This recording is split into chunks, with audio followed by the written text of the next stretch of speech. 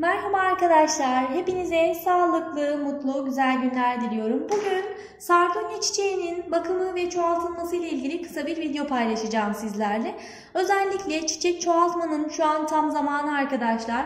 Mart, Nisan ayları gibi özellikle çoğaltma yapabilirsiniz. Bu aylarda dikeceğiniz bitkilerin çoğalma ihtimali, köklenme ihtimali daha hızlı oluyor.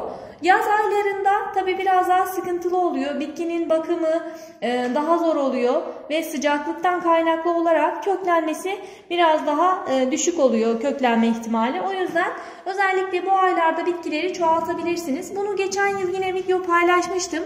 3-4 tane çoğaltıp bu şekilde saksıya dikmiştim arkadaşlar. Sardunya çiçeği en kolay yetiştirilen, bakımı en kolay olan, çoğaltılması en kolay olan bitki.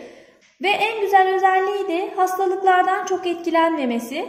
Çok fazla hastalık ve zararlarla mücadele etmek zorunda kalmıyorsunuz. Yaprak biti, unlu bit, bu ve buna benzer zararlılar sardunya çiçeğine gelmiyor. Yetiştirilmesi, bakımı en kolay olan bitkilerden biri. Şimdi de çoğaltılmasının nasıl yapılacağını hemen sizlerle paylaşmak istiyorum. Gördüğünüz gibi çok fazla dallandı, budaklandı. O yüzden artık bu dalların birkaç tanesini keserek çoğaltacağım arkadaşlar. Yeniden dikip çoğaltırsanız bitkinin formu daha güzel oluyor. O yüzden bitkileri bu şekilde dalından çoğaltıp yeniden yetiştirebilirsiniz. Bunlar geçen yıl küçücüktü. Bu şekilde bir daldan çoğaltmıştım. Bu sene bundan yine bir sürü çoğalttım ama gördüğünüz gibi yine de kocaman oldu. Bu şekilde çok fazla büyüdüğünde ve budama yapmadığınızda bitkinin çiçek açma ihtimali daha düşük olur. O yüzden ya budayın bitkinizi, çünkü budamazsanız çiçek açmayacaktır. Budadıktan sonra isterseniz bu şekilde dikebilirsiniz ya da dikmeyip atabilirsiniz ama budamayı ihmal etmeyin arkadaşlar.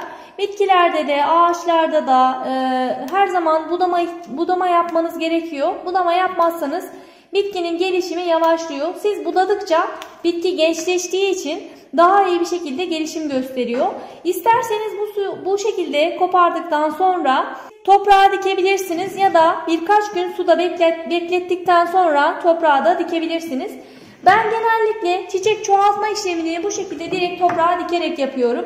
Ama kullanacağınız toprak yumuşak toprak olacak arkadaşlar. Özellikle çiçek çoğaltma konusunda sıkıntı yaşıyorsanız kokopit yani Hindistan cevizi torfu kullanabilirsiniz. Yine toprağın içerisine perlit karıştırabilirsiniz. Perlit de suyu tutma, nemi tutma kapasitesi yüksek olduğu için sık sık sulama yapmadığınızda herhangi bir sorun yaşamazsınız. Hatta bakın ben toprağa bu şekilde yumurta kabuğu da ezip karıştırıyorum. Bu da bitki için besin oluşturuyor. Bu şekilde toprağa yumurta kabuğu da karıştırabilirsiniz. Sardunya çiçeği bahçe toprağında da yeşerir arkadaşlar. Çok arsız bir bitkidir. Çok hızlı büyür. Her yerde yetiştirebilirsiniz. Ama her zaman tabii ki yine de ilk diktiğiniz çelikleri, bu şekilde dalları her zaman yumuşak toprağa dikmeye özen gösterin. Çünkü yumuşak toprağa dikerseniz bitkinin köklenme ihtimali daha hızlı olur. Bu şekilde toprağın içerisine gömüyorum. Başka bir işlem yapmanıza gerek yok. Bu şekilde gömdükten sonra toprağı şöyle hafif suluyorum. Zaten toprak olarak nemli toprak kullandım. Her zaman bitkileri çoğaltırken nemli toprak kullanmaya özen gösterin. Bir gün öncesinden toprağı sulayarak ertesi gün dikim işlemini yapabilirsiniz. Çiçeklerde de, bahçede yetiştireceğiniz fidanlarda da, sebzede de her zaman nemli toprak kullanmaya, tavlı toprak kullanmaya özen gösterin. Bakın şöyle bunları göstereyim. Ben bunları yaklaşık 15-20 gün önce diktim.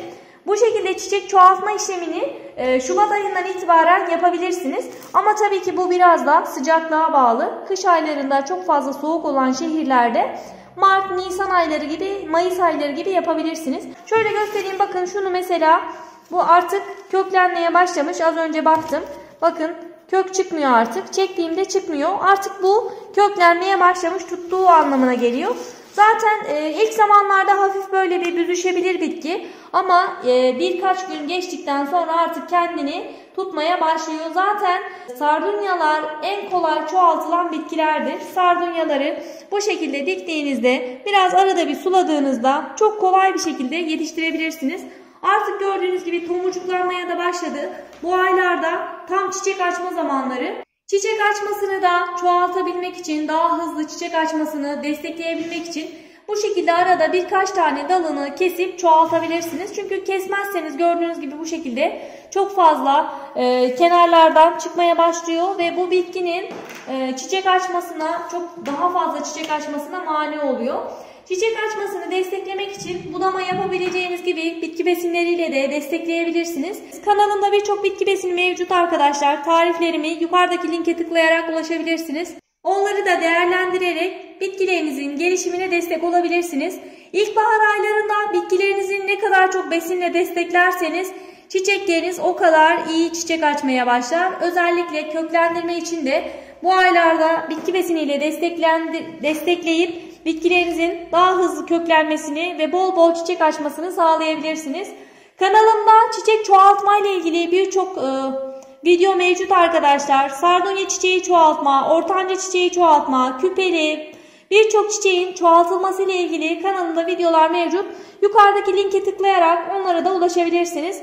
Bugünkü videonun da sonuna geldik.